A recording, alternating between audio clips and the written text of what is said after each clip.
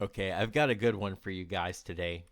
So let's talk about Braun Strowman and this new choo choo train sound effect that they've added for him. So, for those of you who aren't aware, Braun Strowman has a signature move that you can see on screen here that he's used for years now, where when he's at ringside, he'll run a lap around the ring and he'll run over all of his opponents with a giant shoulder tackle. Now, on this past Raw, WWE went into uncharted cringe territory by adding literal choo choo train sound effects for when Strowman does this move. Now, on pain of being copyright claimed, I'm not going to play this video where they use the effect, but you can watch the aforementioned video on WWE's YouTube channel and witness this glorious cringe in all of its glory. Now, those of you who might want to be a little bit cheeky with me might accuse me of being hypocritical for trashing these sound effects, and you might say, well, Kay, don't you add sound effects to your matches at Multiverse Wrestling? And my answer to that is, well, yeah, but my show isn't intended to be nearly as grounded in reality as WWE is. Moreover, I should note that I'm not saying that everything cartoony in WWE is bad. For example, the Boogeyman and the Undertaker were largely cartoony characters. However, what sets the cartoony stuff they did apart from this atrocity is that the former wasn't cheesy as hell. It was actually cool and accepted by the audience. In fact, these Thomas the Train sound effects remind me of, and they have the same energy as those Scooby-Doo episodes where the character first runs in place before moving forward. I actually got a video for you. Let me show you what I'm talking about. Zoinks! The scare pair!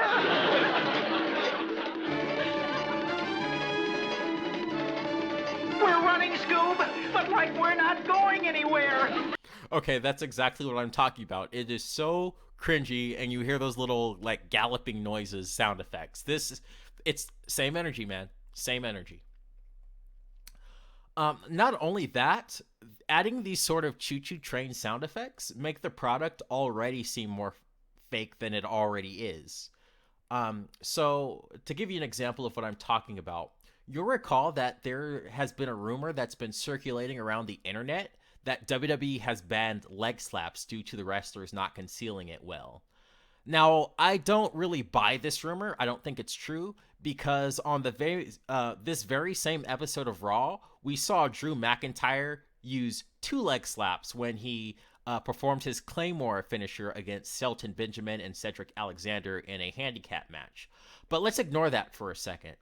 If WWE is trying to make their matches feel more genuine, then wouldn't anyone facing Strowman hear these train noises and immediately move out of the way?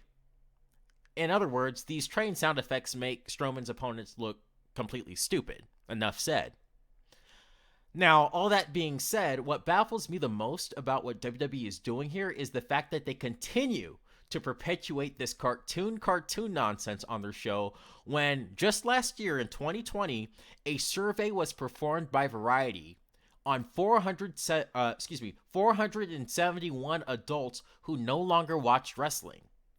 What's interesting about this survey is that the majority of those adults who were surveyed indicated that the reason they no longer watch wrestling is because it's too cartoony for them. And yet here we are. Cartoon, Disney Channel. This is precisely what Stephanie McMahon indicated that she was going for several years ago when she tried to associate WWE with Disney. Now, fortunately, I don't think these sound effects are going to be around long. I'm going to predict maybe 2 or 3 months. And those of us who've watched WWE for a while know that Vince McMahon often goes through these phases experimenting with these types of things.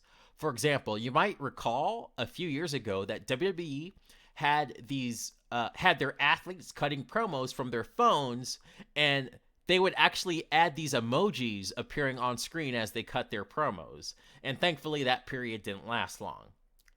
Similarly, you might recall that in 2018, WWE was adding in special effects to live promos.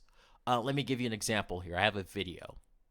So in this Uso promo here, they were cutting a promo about the Uso penitentiary, and they actually had physical bars appear on screen. So here's a short clip. American Alpha 2, locked in!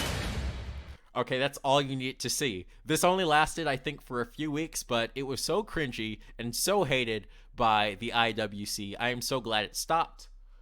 To give you a third example, you might recall, I think it was in 2019, that WWE had this brief period where they didn't want their matches to go through commercial breaks. So what did they do? They started making their longer matches 2 out of 3 falls matches, so they wouldn't go through the commercial breaks.